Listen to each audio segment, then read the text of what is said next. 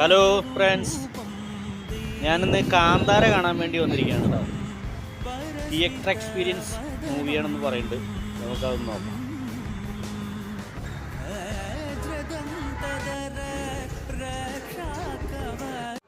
ഇൻ്റർവെല്ലായി, കുഴപ്പമില്ല, നല്ല കോമഡി ഉണ്ട്.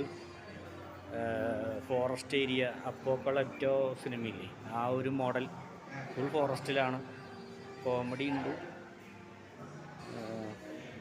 ഇതുവരെ നന്നായിട്ടുണ്ട് പടം. സ്റ്റണ്ടൊക്കെ വളരെ സ്റ്റൈലായിട്ട് ചെയ്തിട്ടുണ്ട്, വെറൈറ്റി ആയിട്ട് ചെയ്തിട്ടുണ്ട്. ഇടയ്ക്ക് ഇവിടെ ഇറങ്ങി ഒരു പാവ് ബോജിയൊക്കെ കഴിച്ച് കുഴപ്പമില്ല. ഒരു വൺ ടൈം വാച്ചഡ് മൂവി. പുലി ദൈവം, പിന്നെ ഗുളികന്മാർ, ഇതിനെക്കുറിച്ചൊക്കെ അറിയണം, എന്നാലേ ഈ പടം ഉൾക്കൊള്ളാൻ പറ്റുള്ളൂ. അല്ല എല്ലാവർക്കും കൂടെ ഉൾക്കൊള്ളാൻ പറ്റുന്ന ഒരു പടമല്ല അത്.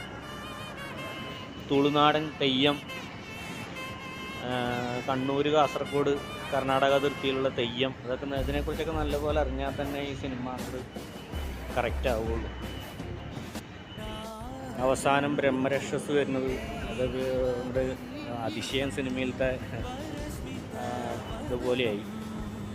അതിൻ്റെ VFX ഒക്കെ. പിന്നെ ജയറാമിൻ്റെ റോള് നന്നായിട്ടുണ്ട്, നായിക നന്നായിട്ടുണ്ട്. പിന്നെ സൗണ്ട് ഡിസൈനിങ് ഒക്കെ നന്നായിട്ടുണ്ട്.